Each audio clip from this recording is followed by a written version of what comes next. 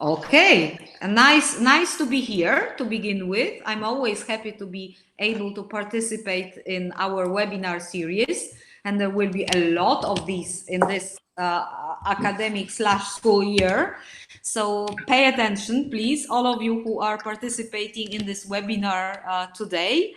I would like to start, since Geoff is so serious today, then I will start very seriously as well.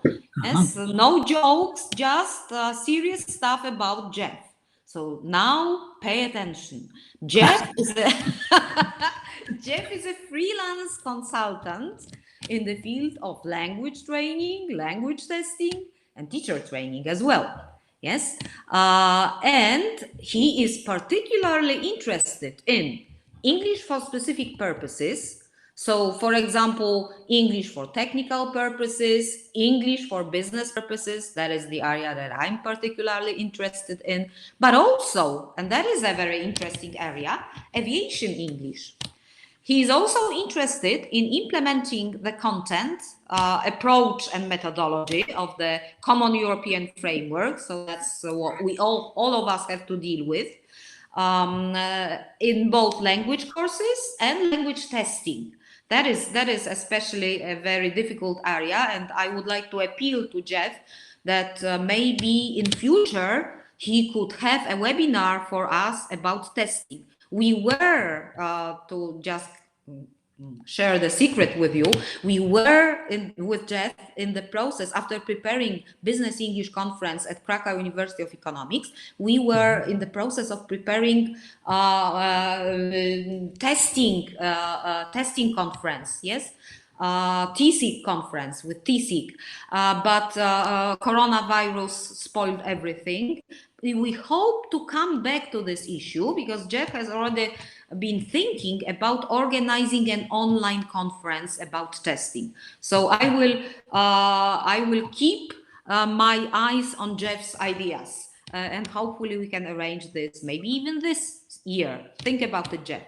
And last but not least, but I'm not allowed to be too humorous today, Geoff is really involved in using humor as teaching and learning resource in the English language classroom, and he keeps sending us those materials, humorous materials that I always share with my colleagues from my university, and they really appreciate it. So thank you, Geoff, for that.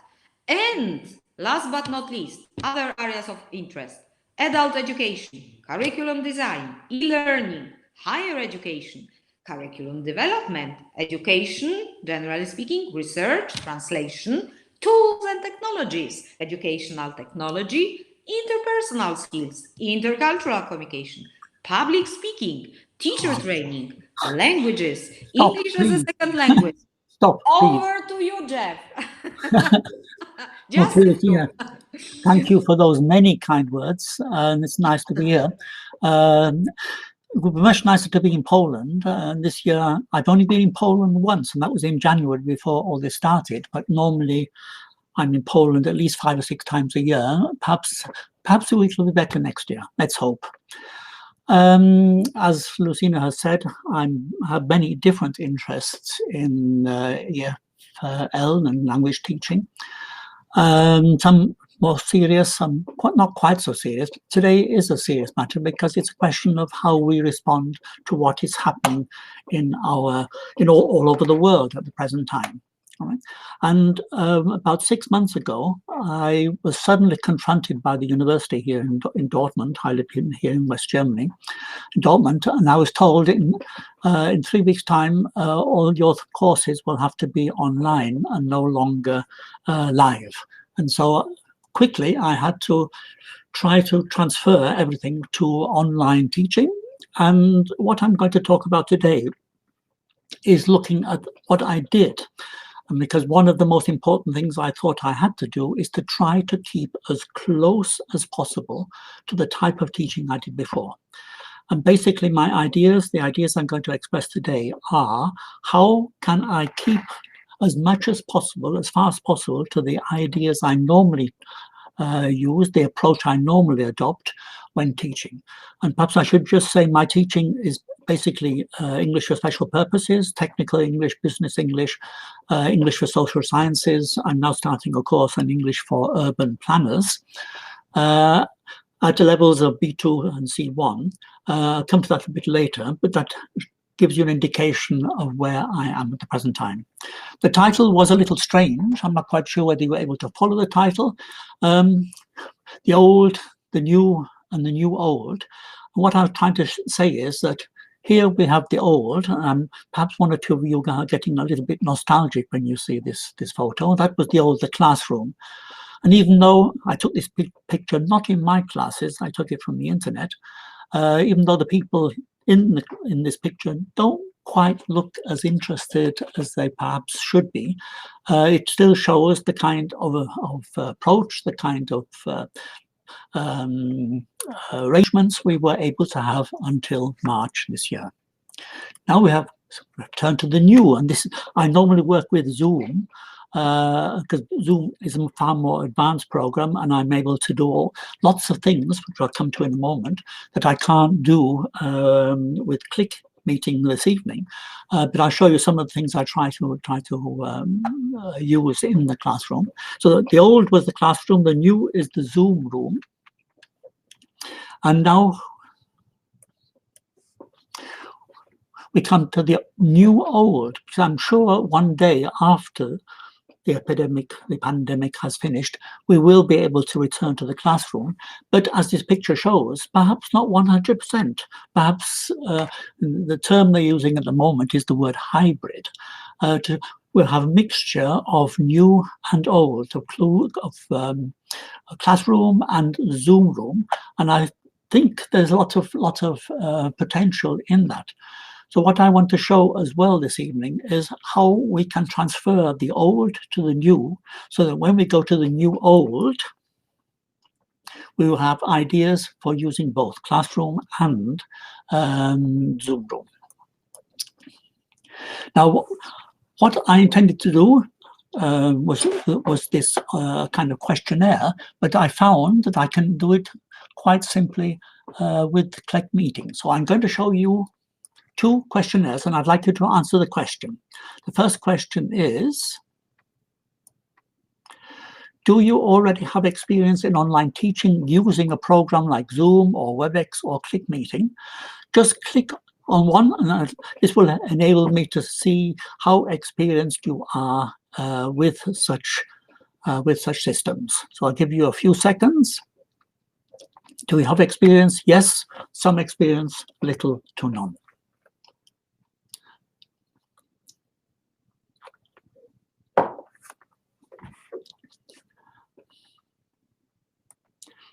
Right.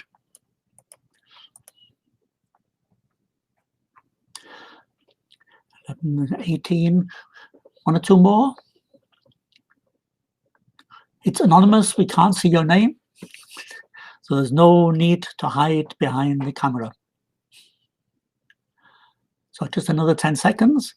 As we can see, at the moment, about 40% have experience, about 10% have a little experience, and about 12% have very little experience. So I'll just finish the voting and show the results. And here we had 68%, and you can see how the results was. So at least about 15% or 50% have some experience, which helps me to know how to aim my talk this evening. And now we'll have a second one. This is for the people who, how do I get the second? I can close that, I hope. No, what has happened now? I've closed the whole program. I was hoping to, oh, there we are, to have another, there we are. How effective is online teaching in your opinion? So again, those who have experience and those who have some experience are asked to see to what extent they found it useful, they found it effective. How many of you find it not effective at all, better than expected, and those who find it quite effective and successful? So let's have your verdict.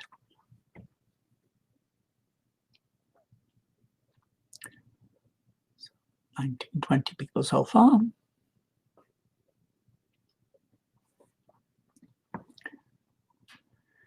I'll give you another 5 seconds, 10 seconds, and let's see. All right, I'll now stop. And now you can see the results. So very few people found it ineffective. About 1/3 found it better than they expected. And about 1/3 found it quite effective and successful. So we do have a little positive attitude towards working online, which helps. Right. So I now move forward, and then we can start. Now, I'd like to start off with 1 or 2 opening remarks, just basic statements to try and show the background, or to give a background to what we'll be talking about in the next 60 minutes. The first one is language learning is a collaborative activity that can only be effective together with other people. And here we have the important words, a collaborative activity, and only effective together with other people. And that shows, to a certain extent, the kind of problem we are having to deal with at the present time. Now we go further. Another statement about motivation to learn. The motivation to learn entails the willingness of a person to occupy themselves actively. And how active can you be with online teaching? Effectively, how effective can it be? And for a more or lengthy period of time, sitting in front of a computer has its limits on certain people's degree of concentration. Now we move on. The next statement, effective, successful learning entails work. Work requires motivation. In other words, effective, successful learning requires the motivation to learn and the willingness to work. And if this willingness and if this motivation is affected in a negative way by online teaching, then obviously it's going to have an adverse effect. Now, one more.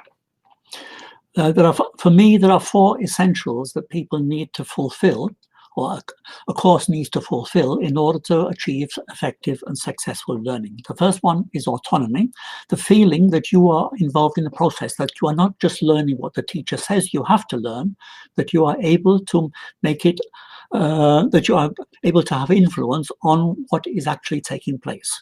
That it's not simply something that you have to swallow, but you are able to choose what it is. The second one is an awareness of what is happening, because there's nothing worse in a classroom situation, whether it's online or live, nothing worse than having the feeling that you are not in charge, that it's going too fast, or that you cannot follow what is happening, that you cannot say stop. But like a tsunami, it's waving over you and taking it with you, and you are not aware what is happening anymore, that you are simply overwhelmed by the lessons. The third one has to do with the group, the feeling that you are accepted as a member of a group and recognized as a member of the group, and that results in a positive social atmosphere and self-confidence on your part. And of course, in online teaching, we are, in a certain sense of the word, a group, but not the same kind of group as we are in the classroom. And then the relevance. What I am being taught, what I can learn, has to be in line with what I feel I need to learn and what I am interested in. So 4 essentials for effective and successful learning are for autonomy. I am involved in what is being taught. The teacher is involving me. I'm not simply being forced or compelled by the teacher. The awareness what is happening, that you are again active and taking part and not simply being overwhelmed by the lesson, by the flow of the lesson, that you are a member of the group. That gives you the self-confidence to interact, to talk to other people, to express yourself, to ask questions. And fourthly and finally, that you have the feeling that what is the content of the lesson is actually what you need and it is relevant for your learning. And to meet all these essentials, and the statements that I've just gone through, the 4 or 5 statements, to meet these essentials, all the people involved, we as teachers, but also the students, together, both have duties, have to form a kind of partnership for learning. And this partnership has changed due to the new situation. It hasn't changed as much as we might think it has changed, but we'll come to a moment, but it has changed. And everybody in this partnership for learning, a teacher and the students, both of them have a new role and new responsibilities.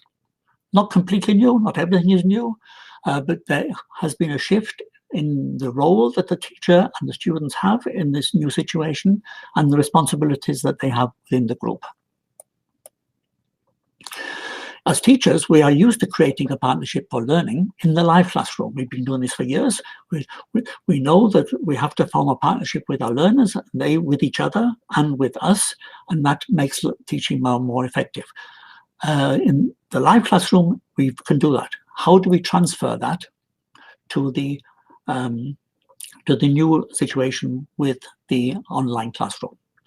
Coming to the question of roles, what is the role of the teacher? And here it's very interesting. If you are interested, you go to the Common European Framework and look at section 634. It actually defines the role of the teacher, to use textbooks and course materials, to select materials, to tests and make decisions about activities. And that is then the role of the teacher is to plan the course, activities, and plan the content. There's also a second aspect to the role of the teacher, which we can see here in the blue markings, that we have to adjust flexibly in the light of our students' responses, and we have to monitor the progress of our pupils, of our students, and find ways of overcoming their learning problems. So in addition to the planning content and planning the activities, we are also responsible for learning support, helping the learners in the group, but also individually, giving support to any learning problems they have. There's also the definition of the role of the learners, and the learners are, of course, as it says here in the yellow sections, the learners have to do the learning.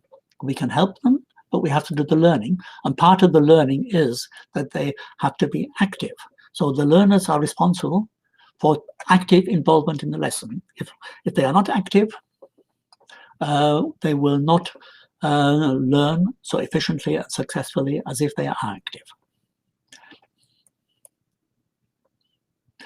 But, and you can see the however here, learners are not always as active as we would like them to be, because here in the middle, relatively few learners learn proactively. They rely on the teacher, they follow the instructions of the teacher. So another aspect of our learning, of our teaching in the classroom or online is teaching learning to learn, so that they become independent of us, that they are able to learn by themselves. In the classroom, in the live classroom, that is not so important, but with the learners being isolated behind the screens, then teaching them to be independent, making their own choices, knowing how they learn best becomes far more important. And that's one of the shifts in the roles of the teacher. So the learners have to be actively involved.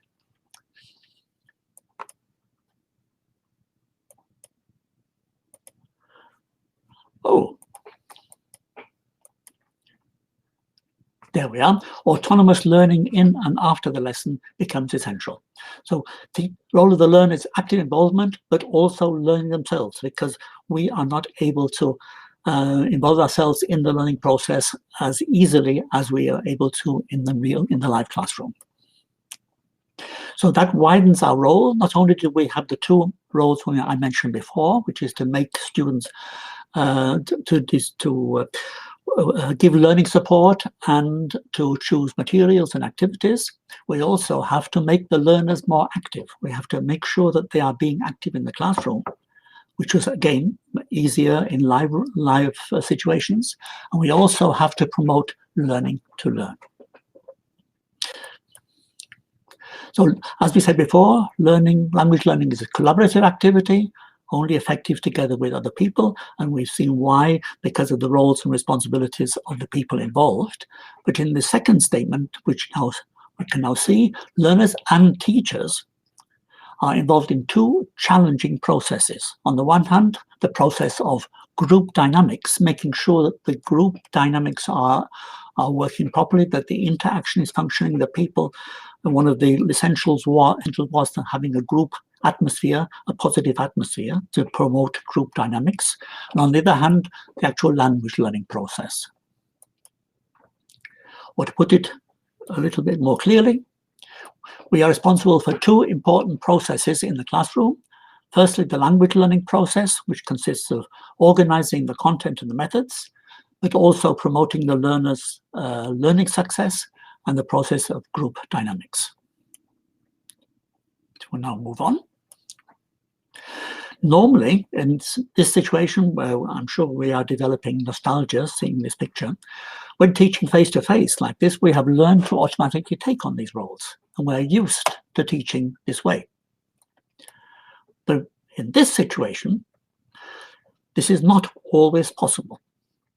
It is possible to a certain extent, as I will show in a few minutes' time, but there are now some aspects where we have to rethink and where we have to make some changes. We have to shift to a certain extent within our roles and our responsibilities. But I would like to stress two words. The word some aspects, that means not all aspects, and some changes, but not all changes. So when this system, the pandemic came and the system of online teaching started, everybody thought immediately, oh, I have to completely change my whole approach. And what I want to show you today is this is not true. We just have to shift certain things within our general teaching approach. As I said, not everything has changed. Not everything contains, many aspects still remain the same. So before we ask ourselves what has changed as a result of digitalization, we first have to ask ourselves the important question, what has not changed? Because what has not changed then determines, or the answer to that question, then determine what we have to do in a different way. What has not changed? Actually, I can answer this for myself. I can't answer it for everybody, because the answer to that question depends to a certain extent on what your teaching actually was. But I'll go through this question and give my answers that I give myself, and then perhaps afterwards, thinking about this session, you can decide for yourself what has not changed, what does not need to change in my teaching. And the reason that not everything, or that not every teacher can answer in the same way, is that every teacher has her own or his own teaching approach, and also his or her own conference programming, because all the video conferencing programs have slightly different functions, as I mentioned before. So coming back to me, these are my answers. In my courses, I can still teach the 4 skills. I can still give and correct home assignments, written assignments, spoken assignments. I can still widen my students' repertoire of language. I can extend their structures. I can extend their vocabulary. I can still correct inaccuracies. That should be, it's nice to have to. A spelling mistake in the word inaccuracy, I think, is a Freud mistake.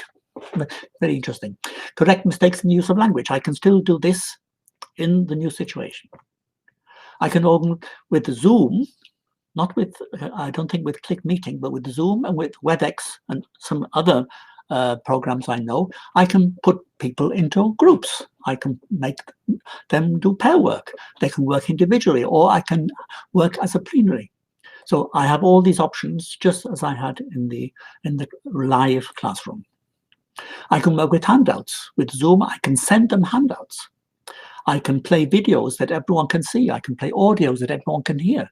I can take them to websites where they can then, and I can give them the links and they can then download themselves that particular website. So all that is still possible. I can base my topic lessons on topics. I tend to have a topic-based course. When it's, for example, technical English, each week is a topic. All the skills, or the vocabulary, or the grammar work is based then on that particular topic. And that again, I can still do in the new situation. I structure my lessons with a PowerPoint file, which starts with the first slide, all the way through to the home assignment at the end, which I can then send to my live students at the end of the class, that I can still do thanks to Zoom. I can work with the whiteboard because many programs allow me to download a whiteboard and use annotations. And if I don't like using the whiteboard, I can simply download a Word file, and I can use the Word file as a whiteboard. And finally, I can address my students still with their first names. And actually, for me, it is much easier because when you get to a certain age, your glasses are not quite as strong and your eyes are not quite as good as they used to be. And to see the names on the desks, especially those who are sitting in the back, is quite difficult. But with the Zoom, when I have my 20 students in front of me, I can see their first names and I can address them by name. So that is something actually better than live teaching because of the aging process with my eyes.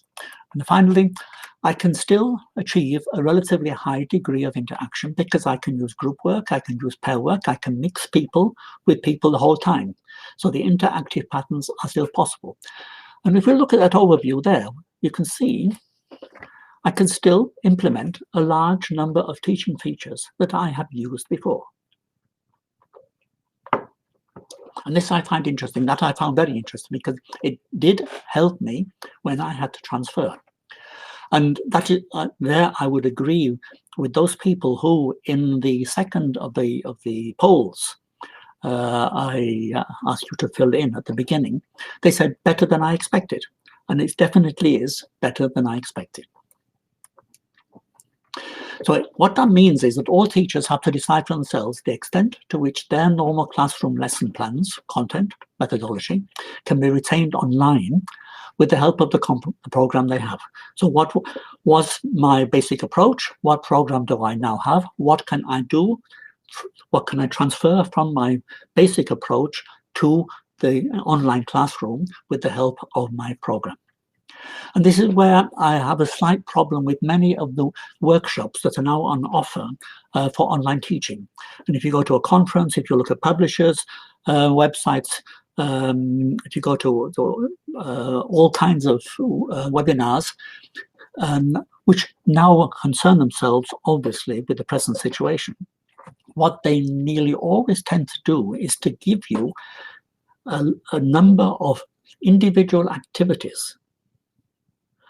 The activities are fine, but what they very rarely do is to give you a new approach to the whole of the classroom lesson planning.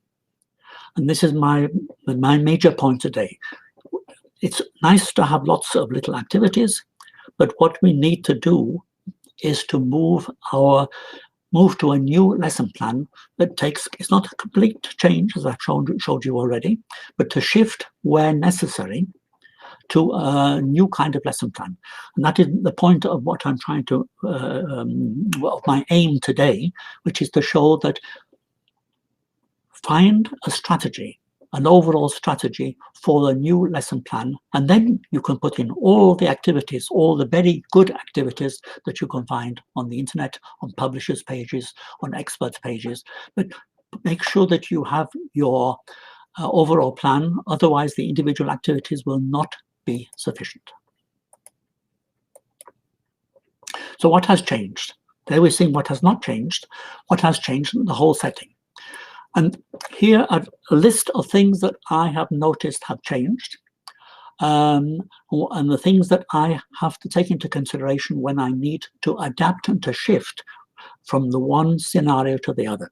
The whole setting has changed. They're no longer in the classroom, they're individually. Secondly, they're no longer a group of physically present students. That means there's no longer any informal interaction between the students.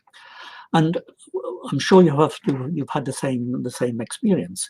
None of our students can sit there for 90 minutes concentrating on everything that the teacher says or everything the teacher is showing.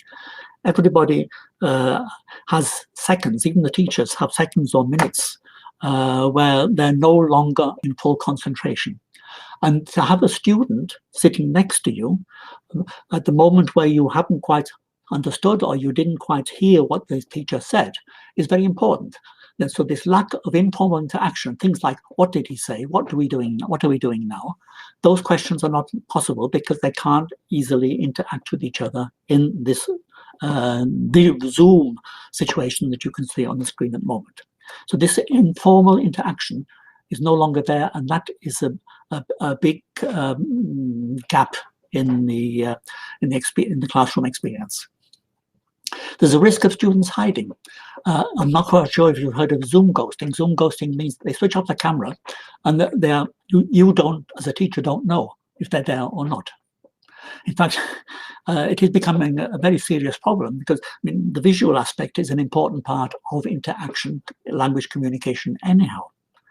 And the most extreme example I heard of was from a colleague here at my university, and she found out that there were students who were switching off their camera during the lesson, switching off their microphone during the lesson, but they were doing it with two computers at the same time. So they were taking part in two different lessons in order to get credits from two different courses at the same time. And that shows how important it is to prevent Zoom ghosting. And there are lots of examples. If you browse Zoom ghosting, if you Google Zoom ghosting, you can find all kinds of interesting experiences. It's easier for students to lose concentration because very few people are able to concentrate 90 minutes in the lesson anyhow, but online it becomes even more difficult. So the possibility that they may get lost during the lesson or miss important instructions and no longer know what it is that they are able to do. And if that is the case, it's less easy for students to ask questions because, as you can see from the background I'm showing you here on this slide, I can't always see whether any of the 20 are trying to tell me that they have a question.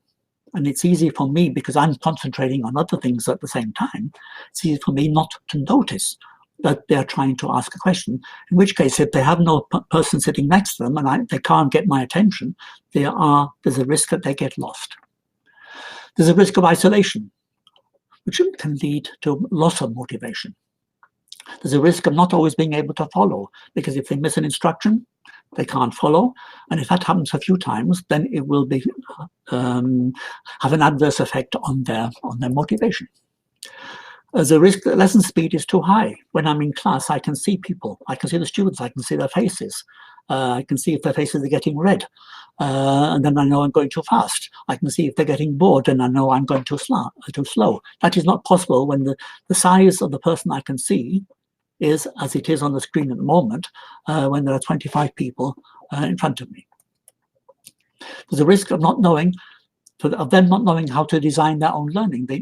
In the classroom, I can more easily tell them individually what they need to do in order to improve their learning skills. And as a result, between the lessons, they have to learn. We can't simply say, in my case, 15 weeks, 15 times 90 minutes, that will get you to the level that you want to achieve. That doesn't work if they don't do home study.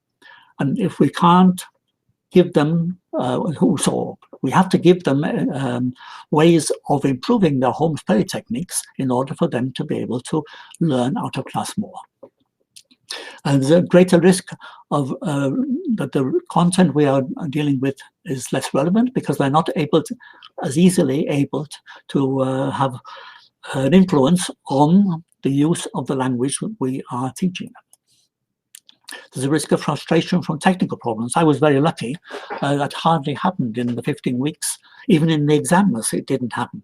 But there are students. One student once sent me a letter. I'm sorry, I can't take part in the lesson today because I'm spending the weekend with my parents, and their Wi-Fi is very, very weak. And risk of students not being able to see any progress. So all of those are the direct consequences of the isolation that is a result of the epidemic on online teaching. And we can put these into groups. You can see here the first 5, no longer physically present, no informal interaction, risk of hiding, losing concentration. That means we have to put an even greater emphasis on activating and involving the students. We can't simply leave it to them as much as we could in the classroom, because the groups are not there, they're there by themselves. So that's the first aspect.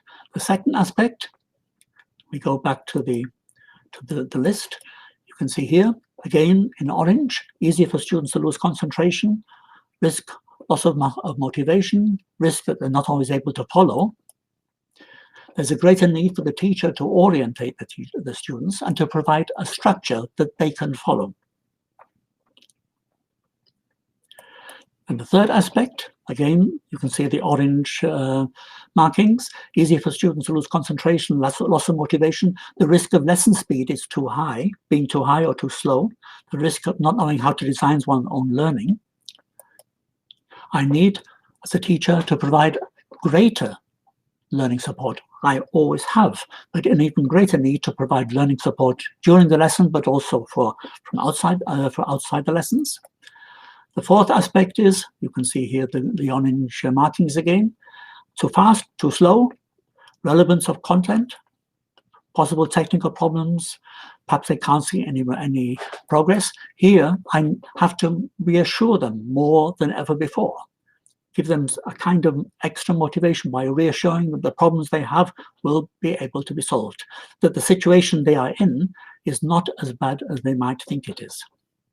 So a bit of psychological support in that case.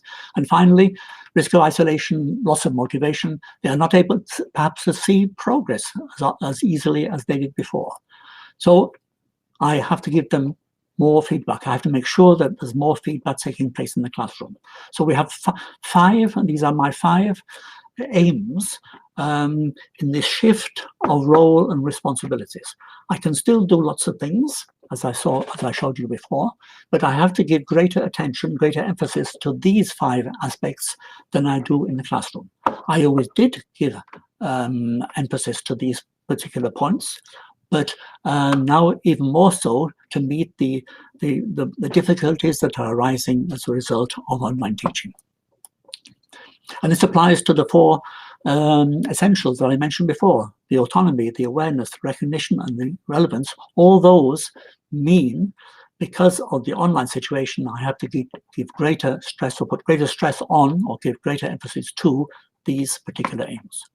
So now the next section of this talk will be to see what does that mean in general. The interesting thing is, and as I mentioned before, each teacher teaches differently, and each teacher has perhaps a different program. That is why, on a slightly less serious aspect, I would recommend the hamburger grog recipe. I was once together with a seaman, a sailor from Hamburg, and he loved grog, and he gave me the grog recipe that hamburger people have. And this recipe consists of 3 things. We have sugar, and that can be used. We have water, and that should be used to make grog. But we have rum, and rum must be used, and as much as possible. And so we'll look at the various aspects, the various activities I'm going to show you, and we should think to ourselves, and each of you individually, which of those can I use, which of those should I use, and which of those must I use, and if necessary, as much as possible in order to solve any issues, any challenges I may have in my classroom. So always think of the Hamburg grog recipe. What can I use? what should I use, and what must I use. So we have those 5 aims I mentioned before. The first one was to activate and involve in order to prevent isolation and hiding. The second one, to orientate and structure lessons even more in order to create more transparency and more clarity in the classroom. To provide even more learning support to ensure more effective learning and especially giving individualized learning advice to the individual students. And to assure and reassure even more because of the slight frustrations that can take place, which will inevitably eliminate learning blocks. The less assured we are, the more uncertain and insecure we feel, especially the students in this isolation, the more learning blocks can take place and motivation can easily get lost, which reduces the effectivity of learning. And finally, feedback.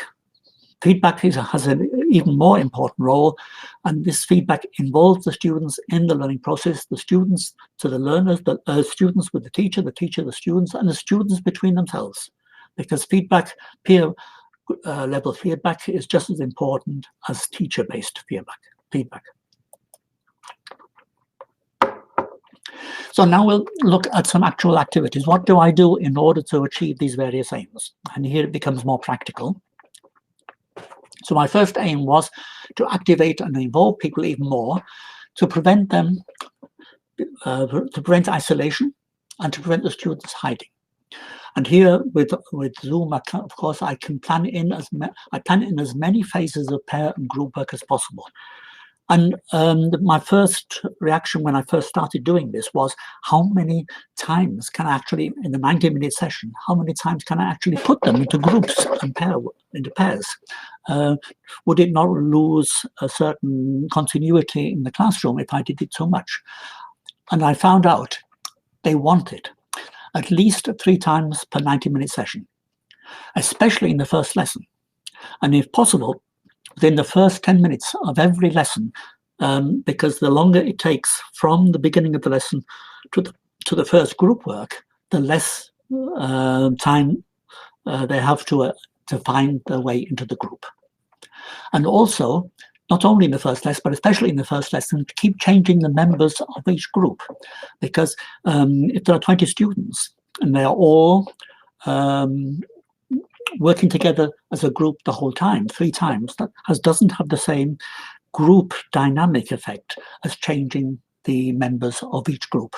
So I change the numbers. If I have 20, sometimes I give them groups with 4 people, sometimes with 5 people, sometimes pairs, but each time they are talking to different people.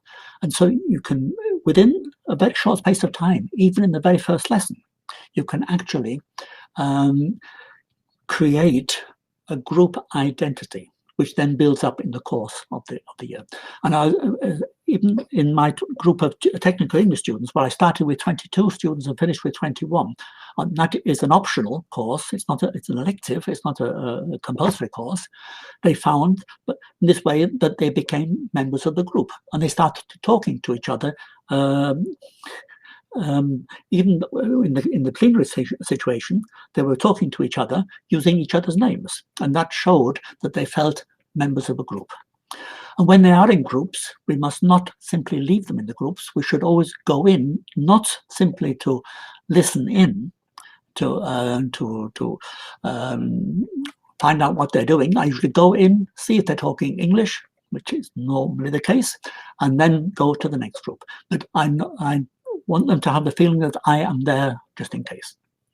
And I mentioned a few months ago, I work with PowerPoints. So on the slide where I put them into groups, this is the very first lesson, and this is one of the slides I use in my PowerPoint production. This was actually in the very first lesson of the course. Talk in pairs. I put them into pairs, find out from each other name, first name, surname, details of studies, details of English learning, why this course, what you expect, and then prepare to introduce the other person to the rest of the course. So I make notes, but I have to introduce the other person. I don't simply let the people introduce themselves. What you can also see from this is that here I have speech bubbles. And the speech bubbles are important because, I mentioned before, people can lose concentration. And if they miss the instructions, then it's important information. So they see and hear the instructions, which is here, I will put you in small groups for a maximum of 3 to 1 to collect the information for your partner. I will then return you to the full classroom. So there's no danger of them either overhearing or not seeing the instruction. Now that was the individual groups. When I work in plenary sessions, and you saw from the background to picture 21, 22 people, I always make sure that everybody is active at the same time. They have to have their cameras on, and I make sure they are active. Firstly, I address them by their first name, and I ask questions on a random basis because they never actually know who is going to be asked next. So they have to listen. I try and vary the activities, which is another way of keeping them active. But the important part is asking on a random basis, and this is how I do it. Just a moment. Well, you can see what was for you. We've just been reading a text. What was for you the most important information in the text, John? And for you, Maria. And do you agree, Philip? And they are not sitting on the screen next to each other. There's no way they know they are going to be asked next. And you can see that I put their name at the end. I say Maria, and for you, but I don't. I say and for you, Maria. And what if I say John? What was for you the most interesting information in the text? As soon as I say John, all the others will forget. They'll think, oh, I'm not John. But if I say, what was for you the most interesting information in the text, they have no idea who I'm going to ask. So all of them have to concentrate, all of them have to be active, and they never know who is going to be next. The second aim was to orientate and structure lessons even more, to create transparency and clarity. I make sure that they know their roles. In fact, a week before the lesson, I send them a pre-course PowerPoint. And you can see here the first page. We don't have to read this completely. I just want to show you that how I do it. See, my role is different at this level. This is a C course. What is my role in this course? I provide, I organize, I provide, I give feedback, I provide. But what you can see in the speech bubble is equally important. We'll come back to this a bit later. So this is true regardless of whether the course is a normal face-to-face course or online. These role descriptions apply to all learning courses. My aim is to reassure them they are not getting second best lessons, they're getting first-class lessons because we're doing the same things as I would be doing if it was in the classroom. A very important point. You should not allow them to assume that this online course is a second best option. It's not, it's a different first best option. And here the roles of their students: they should regularly attend, they should be proactive, take an active part, they should regularly complete their home assignments in a focused way, not simply do it as quickly as possible, but do it in a focused way. And the PowerPoint file, which I give them at the end of the lesson, they should go through that at home, especially the feedback each week. So clarifying their roles so they know what their responsibilities are. Students are very happy to delegate responsibility to the teacher. I try to make sure they don't. And what I have found is I had 3 courses in the spring semester. They all respond. So not only clarifying their roles, at the beginning of the lesson, of each lesson, I tell them what we are going to do. Again, a PowerPoint slide. This is the program for today. So as I say, first we're doing the presentations that you've prepared for this lesson. After that, which was about a certain kind of tower in the desert. Then step 2 is a different kind of tower. This is a reading activity. Then we'll be looking at the physical forces acting on towers. That's a listening language activity. Then we'll go from there to black boxes in aviation, speaking, listening, watching, reading notes, and then a home assignment. And in this way, they have the feeling that they know what is happening. The lesson becomes a whole. The continuity of the course, of each individual lesson, but also of the whole course, becomes clearer. And not only do I do that, present the agenda at the beginning of the lesson, I summarize at the end of the lesson in the same way what they have done. For example, the summary of today's lesson. We did the first video with the presentations, then we did the reading, then we did the listening language on with physical forces, etc. And it's very important because, as I said before, they can lose concentration. They can get lost, and it's quite possible that they don't know exactly where they are in the lesson. In this way, they have the feeling that they are more or less in line, that their awareness, that's the second of the essentials, they have an awareness of what is happening in the classroom. And I think psychologically that's a very important point, actually in normal classroom lessons, but even more so, that is the shift, even more so in online. Hold on. So that was summarizing the lesson. Then divide the lessons into clearly recognizable small steps. I'll come back to that, but the small steps must be recognizable. Where are we now in the lesson? And that is the next step. During the lesson, constantly remind the students what they have just worked through and the content of the next step, so that they are completely aware what is happening in the room, what is happening with me. And because they cannot ask the person sitting next to them, because there's nobody sitting next to them anymore. And this I do, the transparency, I explain the beginning of the lesson. Every time we do a new kind of skill, a new kind of activity, I explain the aim and the relevance of the content of the activity in each lesson. For example, the first time I do a reading text, the reading skills, I tell them about the different types of reading. There are two main types of reading strategy. Fast reading to find the general content or to find specific details, or constant, slow, concentrating reading to understand the details in the text. But today, in this phase of today's lesson, we will be practicing fast reading, so they know what we're doing and why we are doing it. And also you can see at the top right-hand corner, I always have this speech bubble, which shows them which step they are in and what is the content of the step. Here, step 2, that day, step 2, reading skills. And so when they receive from me a copy of the PowerPoint presentation and go through it again at home, they know exactly what the aim of each individual part of the lesson was. I create a bridge between lessons because I have to make sure that there is continuity through the course. And the risk that they forget everything as soon as the internet is switched off at the end of the lesson is even greater than the risk in the classroom when they leave the classroom at the end of the lesson. So I always start the next lesson by reprocessing, creating a bridge between lessons by reprocessing language from the previous lesson. I take the topic, and instead of using a listening text, which I did in the last lesson, I'd take a reading text. But it's still the same topic, because that helps them to feel the continuity that is taking place between lesson 1 and lesson 2, or lesson 2 and lesson 3. Or I do a discussion instead of a reading activity. And it also helps, incidentally, for them to use the same vocabulary again. So they're using it by a different skill. And if we look at the next example, this was in the previous lesson. We've been talking about RFID technology today and tomorrow. They'd seen a video. On the basis of that video, they had done their home assignment. They had written text on RFID technology. And then we started the next lesson in this way.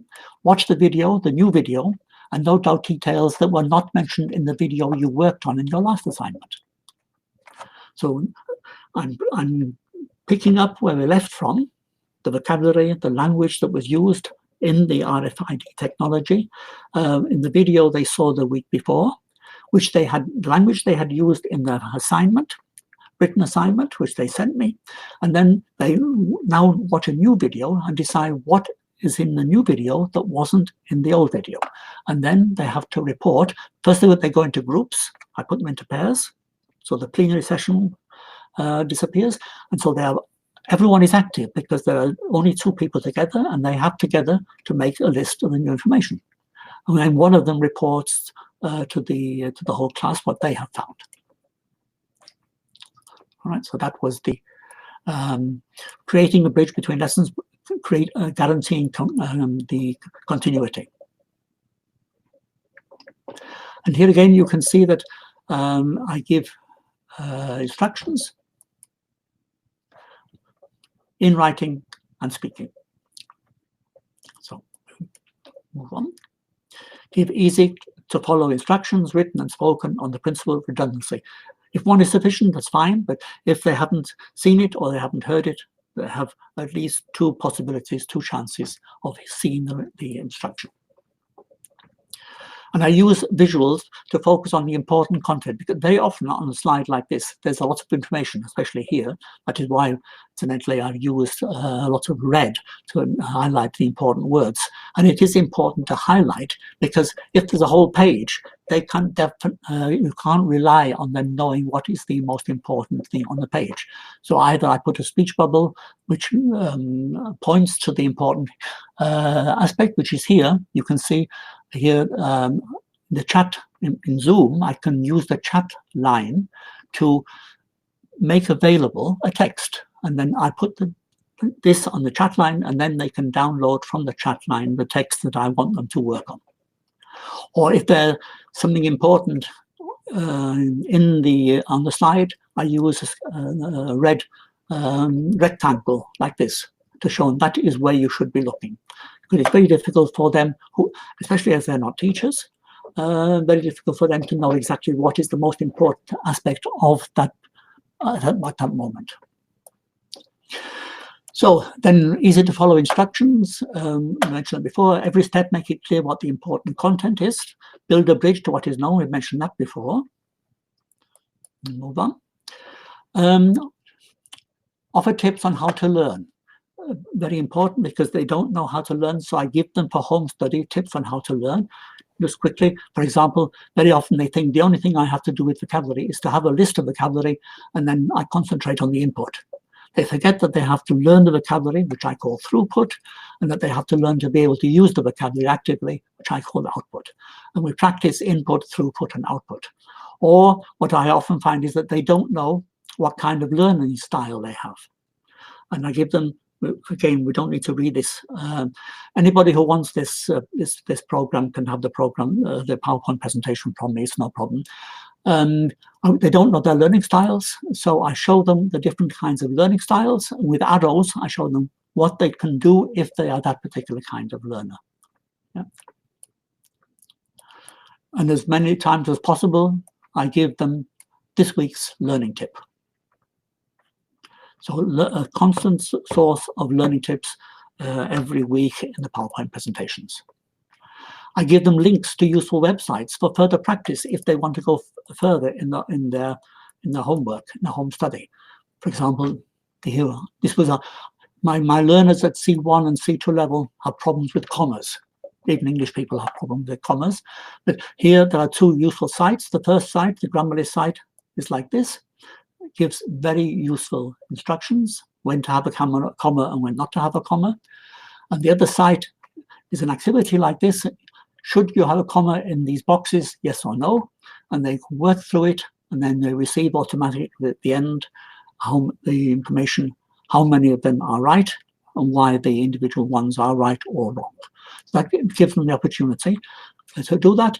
And I have a whole series of websites for certain types, certain aspects of language. The home assignments I give them are always on the same topic as the classroom work, so that they are doing in writing what they've been working on in reading or listening. For example, here, the topic was solar car design. We've been talking about solar cars, and they have found a blog, and they read articles on 4 different solar cars, and that they are in the next page. There are the links for the texts, and then they have to read them, and then in about 250 words, list the advantages and disadvantages of solar cars. So what I'm doing is I'm taking them through language in various skills: listening, reading, writing, and speaking. Then students receive a copy of the PowerPoint in this form, so they can see what they have done. I give them ideas for revision of previous lessons, which I haven't got an example of here, but they are, in this way they are allowed, they're able to revise what we've gone through previously. I ask them, I don't make them, I ask them to work with a diary, a learner's diary. The diary consists of a language portfolio. Part 1 is a learner's diary. And what they do is, they do this week for week. They receive this from me at the end of each lesson. And I ask them to write down the content of each step of the lesson, so that they can afterwards realize what and are aware of what they have done, so that they don't forget the lesson. The second question is, did you find these steps useful or interesting? Yes or no, because, again, so that they think about what they've been doing. The second section is self-evaluation.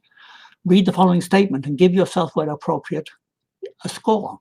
I worked with the various texts and did the tasks in lesson with a positive approach and a high level of positive commitment. And I give myself 8 points, 9 points, 9 points, 10 points, because. And I must say, I do not ask them to let me have this self-evaluation. It remains in their on their hard desk, because if they were expected to show me, they wouldn't be truthful. And then they do the same with their homework. How good were they in their home study? And I give myself 0 to 10 points on that basis. I don't want to know. I just want them to grade themselves, hoping that that will provide an improvement. And that's what it looks like. I give them an example how they should fill it in. That's what it looks like. Every week, I finish the lesson with this. Please don't forget the portfolio. I suggest students form private sessions as home assignment groups, again, like this. These are the Zoom techniques we are trying out today. It would be definitely help for next week's lesson if you could find time to practice together with a fellow student.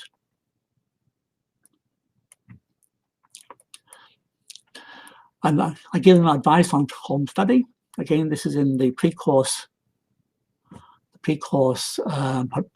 PowerPoint they receive. They should revise, they should work through corrections, the principle being the more the better.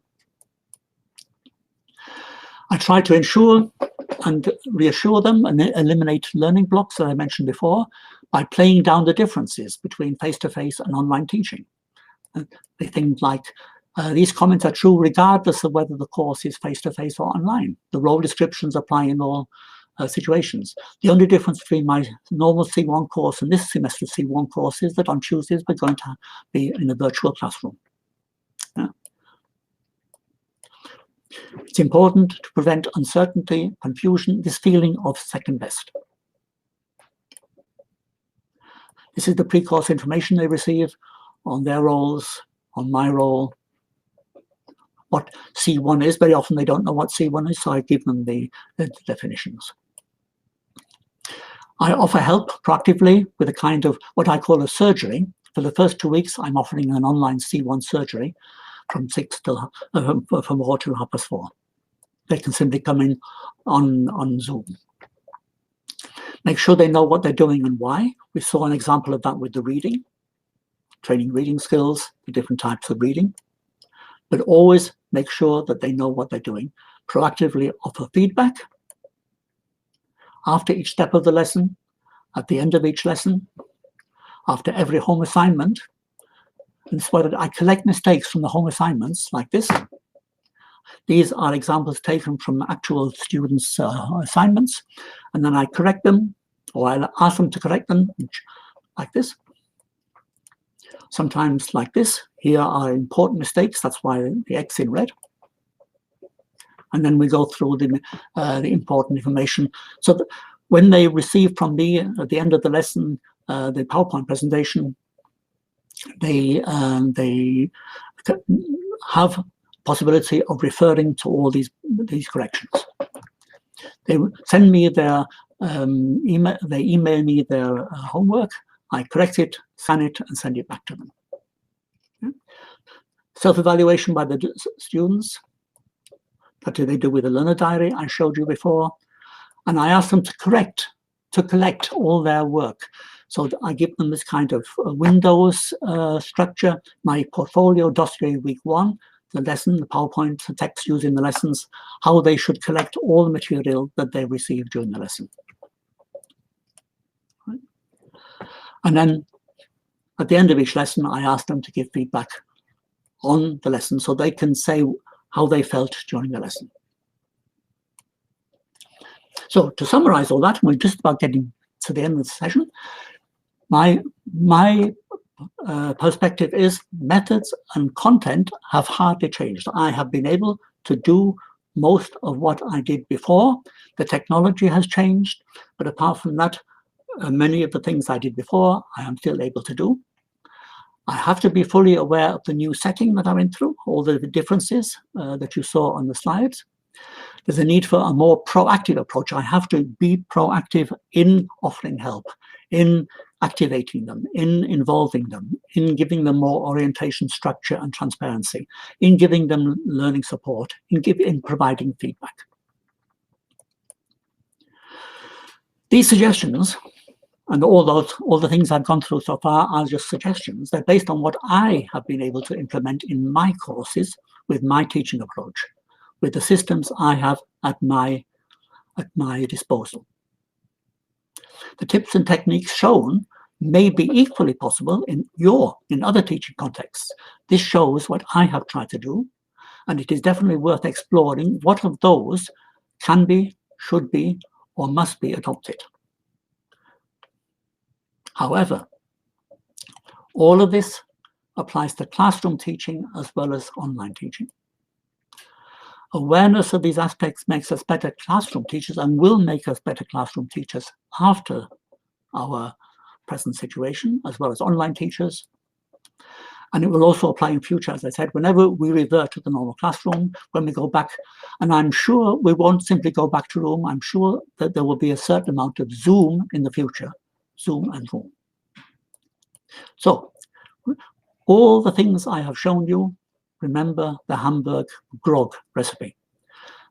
For you, you have to think which of those can be useful, should be used, must be used, and possibly used as much as possible.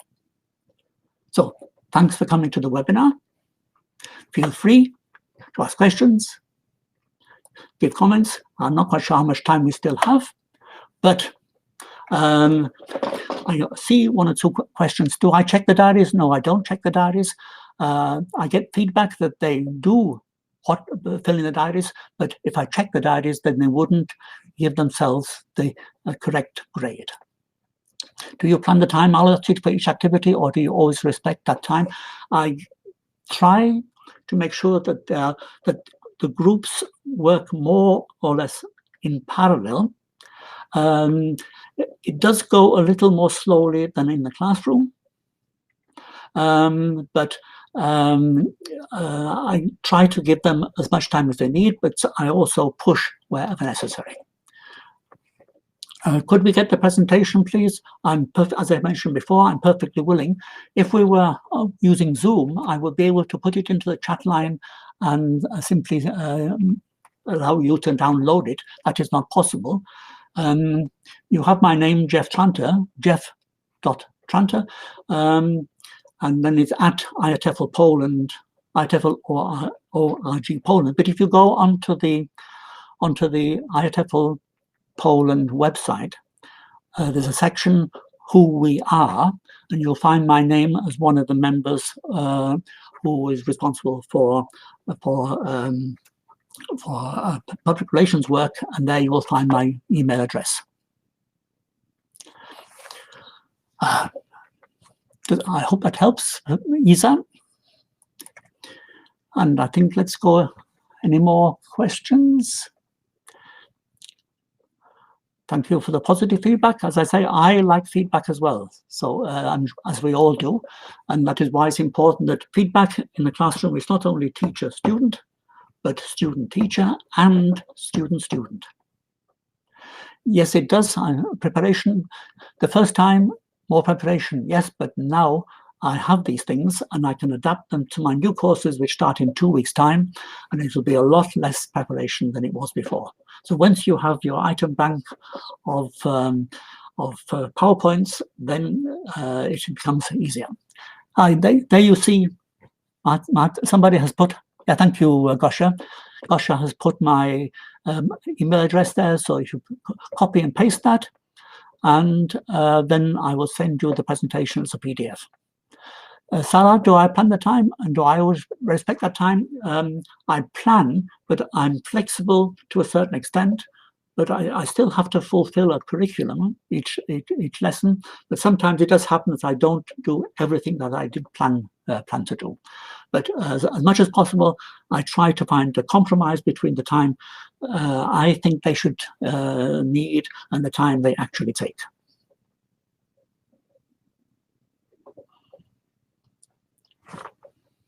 So if you still have a question, please use the chat. How are the students addressed? The students assessed. Yes, we have an exam. There was the speaking exam is a presentation which they did online, one-to-one via Zoom. They have to do a written test which they can do at home. It's called a term paper. They have to give a 2 to 3 page term paper. The listening and reading I did online with Zoom. The listening was done online with a Word file, and then we work with the Moodle platform, and they uploaded it as a PDF to the Moodle platform, and the reading exactly the same way. And the interesting thing was there was no cheating.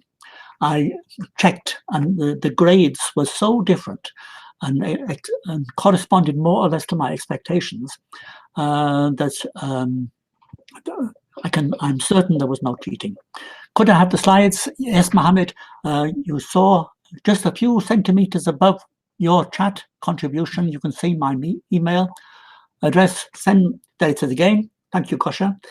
Send me an email and I'll let you have the slides as a PDF version.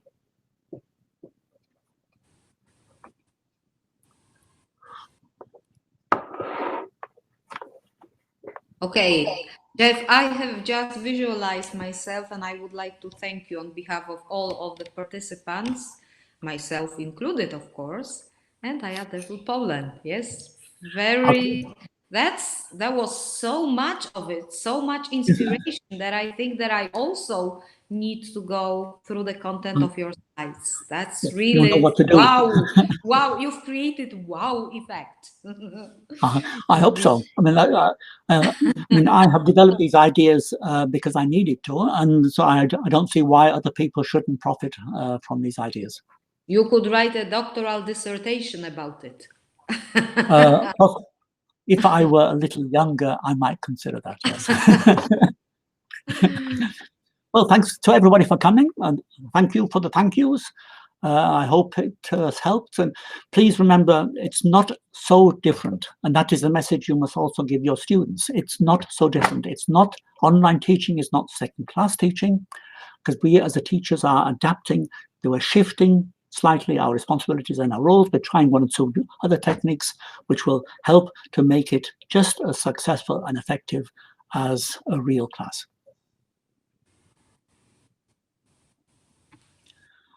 Okay, well, thank you very much. Have a good evening, keep safe, and look after yourselves. And perhaps see you at a future workshop or webinar, wherever.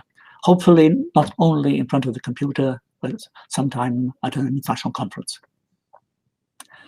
Yes, thank you very much. Bye-bye, everybody.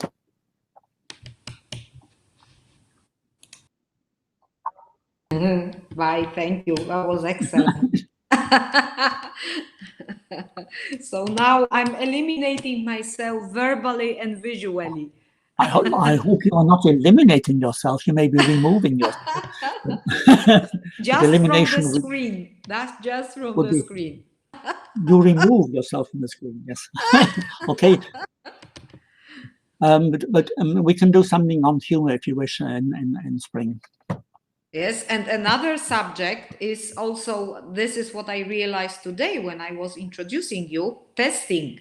Remember, that is one of those most difficult subjects to all of us teachers. So it would be really nice if you could think about preparing something about it. That would be perfect. You mean online testing or testing in general? Yes, what I meant is testing generally speaking, but online testing would be of key importance these days, that is for sure. Well, I can explain how it worked online and how, I mean, it is not 100% safe, but I'm sure I was 99% safe with the procedures I took, and the results showed that there was no cheating. Yeah. That's what I discovered in my especially test. as Sybil has now written, especially summative assessment. That is very important. That there needs to be no cheating. If you are going to give a person the qualification, for example, C1, it needs to be reliable. Yes, I agree with you. That was my greatest concern, but I also discovered the same thing, that probably they were honest. With high probability. My students. Yeah. I'm sure they were so frightened of you that they didn't dare. I agree with you. Yes, that's a good one. we got the humor in at the end, didn't we? Yes. Yes, that's right. It wasn't more serious. What did you think of the Hamburg grog comparison? Wow, that was a good one. You are really good in this area. Yes. I don't like grog. As always, you keep the standards, yes, that you have created yourself. Yes. Okay. Nice to see you, Lucina, and we'll keep in touch. And I will send everybody who asks, I will receive the presentation from you, not tonight, but tomorrow. Tomorrow, me included. Okay, you included. Right. Okay, good night, everybody. Bye. I'm now leaving. Thank you, Sybil. Let's hope we everybody wants assessment. Okay, bye.